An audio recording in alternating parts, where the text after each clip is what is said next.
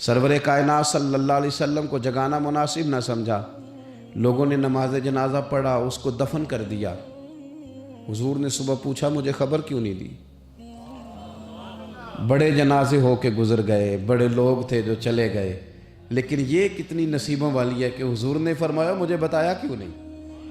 اب مجھے بتاؤ او یارو، ذرا غور کرنا، ساری دنیا گنبد خضرا پر، ساری دنیا حضور کی بارگاہ میں سلامی دینے، اور میرے نبی کریم صلی اللہ علیہ وسلم نے کیا فرمایا؟ فرمایا مجھے بتاتے نہیں اس کی قبر کہاں ہے؟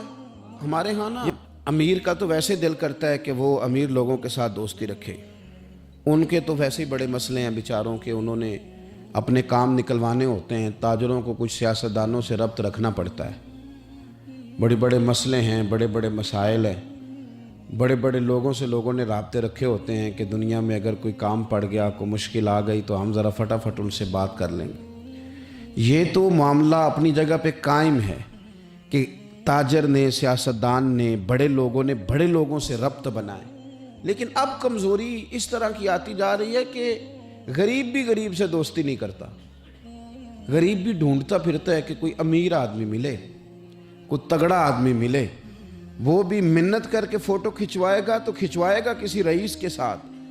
غریب بھی پسند نہیں کرتے کہ ہم غرباء کے ساتھ پیار کریں۔ ہمارے دائیں بائیں بہت سارے ایسے لوگ ہوتے ہیں جو کمزور ہوتے ہیں، اور میں نے دیکھا ہے کہ زندگی میں تو خیر کرنا دور کی بات ہے، جنازے تک میں لوگ نہیں جاتے۔ اس میں بھی دیکھتے ہیں کہ کوئی امیر آدمی ہو تو پھر ذرا دوڑ کے، کوئی سیاسی قد کاٹ والا ہو تو سارے آگے بڑھ بڑھ کے چہرے دکھاتے ہیں، اس کے بچوں سے ملتے ہیں کہ صاحب میں آیا ہوا ہوں، میرا ذرا خیال کرو میں پہنچ گیا ہوں۔ وہ خیال کرتے ہیں کہ ہم پہنچ جائیں، ہماری شرکت جو ہے وہ شمار کر لی جائے۔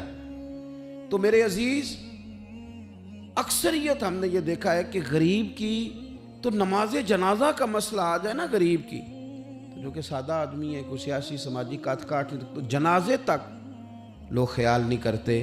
حالانکہ میرے نبی پاک علیہ السلام نے تو فرمایا جنازہ ایک مسلمان کا دوسرے مسلمان پر حق ہے، اس میں کوئی آپ کا سماجی رابطہ ہونا ضروری نہیں، کوئی سیاسی قد کاٹ ہونا ضروری نہیں، یہ تو ایک مسلمان کا دوسرے مسلمان پر حق ہے، اور حق اچھے طریقے سے ادا کرنے کی کوشش کرنا چاہیے۔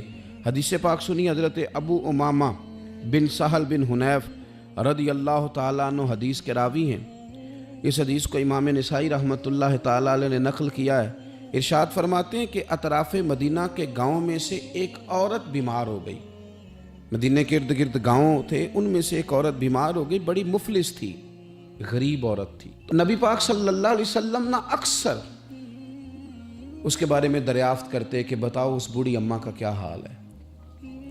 ہمارے ہاں بھی خبریں آتی ہیں اخباروں میں، پوچھا جاتا ہے، لیکن کب؟ جب کسی بڑے آدمی کو کھانسی بھی لگ جائے، فلاں صاحب کو زکام ہو گیا اور ان کو فوری طور پر فلاں جگہ منتقل کر دیا گیا، اور سیاسی اور سماجی سرگرمیاں انہوں نے معطل کر دی، تو یہ خبر سب جگہ بریک ہوتی، اس کو فوری طور پر آگے بڑھانے کی کوشش کی جاتی۔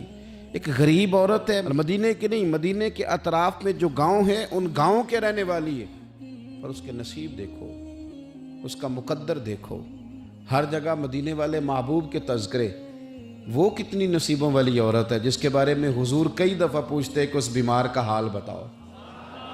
بظاہر اس کا کوئی سیاسی، سماجی، مالی قد کاٹ نہیں، لیکن یوں لگتا ہے کہ اس کا قد حضور کی تیمارداری کی برکت سے، جب نبی پاک نے اس کا پوچھا ہوگا تو یوں لگتا ہے اس کا قد آسمانوں کے برابر چلا ہو گیا، آسمانوں کے برابر چلا گیا ہوگا۔ رسول کریم علیہ السلام بار بار پوچھتے، اور جب اس کے زیادہ بیمار ہونے کی خبر آئی تو حضور نے فرمایا اگر وصال ہو گیا تو مجھے خبر کرنا۔ صحابہ کرام فرماتے ہیں رات کو وصال ہوا، رات کے وقت ہی غسل کفن کر کے اسے مدینہ شریف لایا گیا، لیکن جب معلومات کی گئی تو حضور بظاہر آرام فرمائے، حضور آرام کر رہے ہیں۔ صحابہ نے مناسب نہیں سمجھا کہ نبی پاک علیہ السلام کو تکلیف دی جائے، سرور کائنات صلی اللہ علیہ وسلم کو جگانا مناسب نہ سمجھا، لوگوں نے نماز جنازہ پڑھا، اس کو دفن کر دیا۔ حضور نے صبح پوچھا مجھے خبر کیوں نہیں دی؟ بڑے جنازے ہو کے گزر گئے، بڑے لوگ تھے جو چلے گئے، لیکن یہ کتنی نصیبوں والی ہے کہ حضور نے فرمایا مجھے بتایا کیوں نہیں؟ اب مجھے بتاؤ او یارو ذرا غور کرنا، ساری دنیا گنبد خضرا پر، ساری دنیا حضور کی بارگاہ میں سلامی دینے، اور میرے نبی کریم صلی اللہ علیہ وسلم نے کیا فرمایا؟ فرمایا مجھے بتاتے نہیں اس کی قبر کہاں ہے؟ یعنی حضور قبر کا پتہ پوچھے؟ محبوب حضور تو ویسے کسی جگہ قریب سے گزر جائے نا تو اعلیٰ حضرت فاضل بریلوی فرماتے ہیں وہ جس سمت آ گئے ہیں کوچے بسا دیے ہیں، وہ تو علاقہ ویسے ہی مہک جاتا ہے، بس جاتا ہے۔ حضور قبر کہاں ہے؟ اس کا کوئی سیاسی قد کاٹ ہے؟ یہ کوئی بہت بڑے قبیلے کی ہے؟ حضور نے فرمایا دیکھو غریبی کو اعزاز اس طرح دینا، یہ میرا اسوہ حسنہ ہے، اس طرح غریبوں کے ساتھ سلوک کرنا، پھر غریب مایوس نہیں ہوں گے، پھر غریب خودکشیاں نہیں کریں گے، پھر غریب اپنے آپ کو معاشرے سے کٹا ہوا محسوس۔ کہاں ہے اس کی قبر؟